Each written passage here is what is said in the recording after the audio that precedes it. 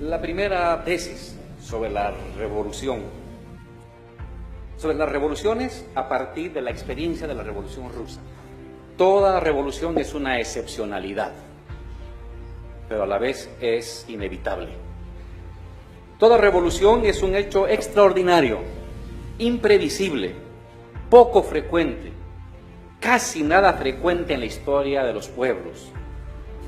Combina de una manera excepcional acontecimientos irrepetibles. Es una sumatoria de sucesos que nunca más habrán de reproducirse ni en el lugar ni en otro tiempo, pero a la vez son hechos inevitables en la historia larga de cada país, porque más pronto o más tarde toda sociedad tiene un momento en que las tolerancias morales de los gobernados hacia los gobernantes se rompen.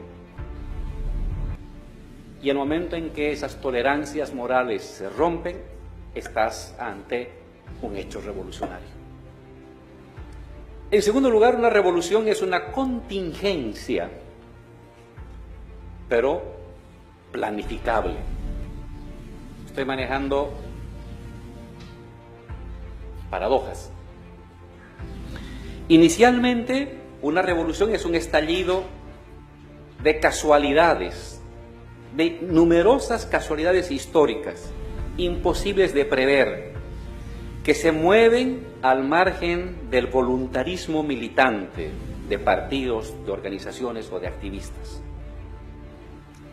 Puede surgir por una intensificación de las carencias, puede surgir por la pérdida de algunos bienes anteriormente poseídos y ahora extraídos, puede surgir por procesos o por bloqueo a los procesos de ascenso social o de desplazamiento social. Pueden surgir por crisis políticas.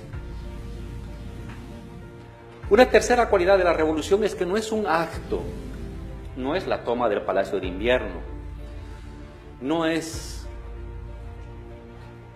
el haber ganado una votación electoral, no es una insurrección, no es una guerrilla.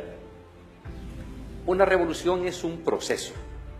La revolución es un espacio de tiempo territorializado en los cuales ha de darse, y esa es la primera definición que hago, un desborde democrático de la sociedad. Una revolución entonces es una especie de licuefacción de las tolerancias morales hacia los gobernantes. Es un momento de universalidad de la gente. Es un momento en que la gente comienza a preocuparse por los demás. A partir de su problema, de su agravio, la gente comienza a preocuparse por el resto. Una revolución, en el fondo, y lo resumía muy bien Irene, es esto. Es una forma de democratizar. Es una forma de democracia absoluta. Hay revolución cuando hay gente anteriormente apática, anteriormente desinteresada de la vida política de una sociedad, de una región, que le comienza a interesar, se siente compelida, moralmente impulsada a comprender, a participar, a decidir y a que su voz sea tomada en cuenta.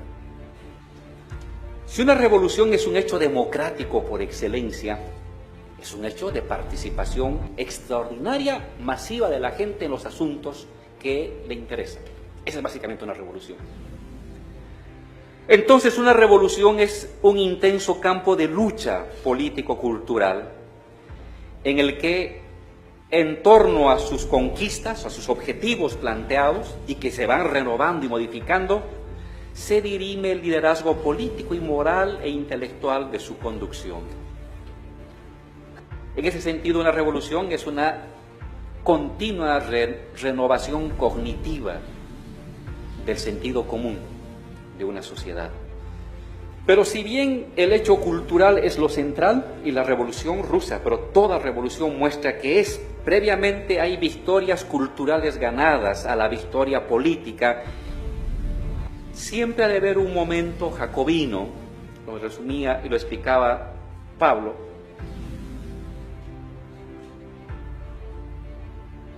en que la política ha de presentarse de forma descarnada, brutal, pura, como correlación de fuerzas, como un hecho material de correlación de fuerzas. Y es que las clases dominantes o los sectores privilegiados pueden perder momentáneamente el control del poder cultural, pero mantienen propiedad de los medios de comunicación y la presencia en el sedimento profundo de las creencias populares. En ese sentido, y esta es la séptima tesis, una revolución es una combinación de momentos gramscianos y de momentos jacobinos, leninistas. Inicialmente, lucha cultural, hegemonía cultural, momento de fuerza centralizada, momento jacobino-leninista, nuevamente momento de hegemonía. Si solamente te quedas con el momento de hegemonía cultural gramsciano, irradias, gestionas el sentido común, pero es un sentido común impotente, porque no tiene la capacidad de mando y de organización de la vida política y económica o financiera de un país, mucho menos militar o coercitivo. La revolución, esa es la octava tesis, es pues una paradoja estatal insuperable. Por una parte, la revolución desorganiza y fragmenta el viejo poder. Lo hace democratizando las decisiones públicas. Lo hace mediante la incorporación creciente, masiva de personas anteriormente no involucradas en la política, que ahora se involucran, les interesa, les importa la política. Momento de la democratización. Pero a la vez, si no unificas esos poderes locales en un poder general, no solamente que estás indefenso ante las fuerzas de resistencia, sino que vas a tener problemas con la organización del nuevo orden de la sociedad. Noveno, la revolución es pues una invención práctica de nueva socialidad. Toda revolución estalla por demandas muy prácticas: pan, tierra, libertad, agua, respeto, reconocimiento. Y es en esa lucha por cosas prácticas que se constituyen y se disuelven sujetos colectivos. No hay ningún sujeto preestablecido en la revolución. Estos se construyen, se forman, se reorganizan en el propio flujo creativo de la revolución. Se construyen nuevas formas organizativas de liberación. Se construyen nuevas formas de organizar la vida económica, nuevas formas de gestionar la vida política, las cosas de interés común, nuevas prácticas de afecto y de colaboración. Décimo, toda revolución vista de esta manera es entonces una forma de conquistar tiempo. Tiempo para ampliar los resquicios de organización económica y política que la sociedad civil puede o quiere crear en su ímpetu, en su participación, en su involucramiento práctico. Tiempo para impulsar nuevas olas revolucionarias que amplíen aún más la participación en tu país o en otros países cercanos. Tiempo para crear nuevas personas capaces de asumir directamente y sin intermediación del universal estatal la unificación de necesidades y de capacidades humanas.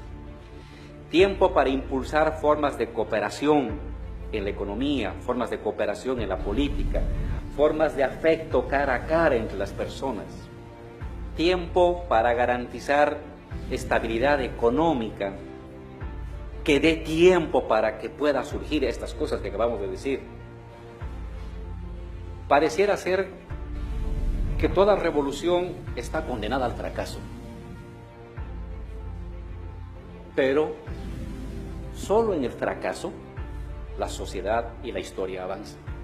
Solo en el fracaso los derechos de la gente se amplían. Esta es una tesis muy fuerte. Si una revolución que surge en un país, este proceso amplio de democratización social radicalizado que pasa de la casa a las calles, a las plazas, de las plazas a las empresas, de las plazas a los parlamentos, de las plazas a los ministerios. Si esto no tiene un correlato de otros procesos simultáneos en otros países que permitan que el intercambio económico de este país, sus flujos financieros no se tranquen, no se bloqueen, que la adquisición de tecnología no quede impedida. Si esto no sucede, una revolución está condenada al fracaso. Y entonces, ahí el tiempo se convierte en el núcleo del hecho revolucionario.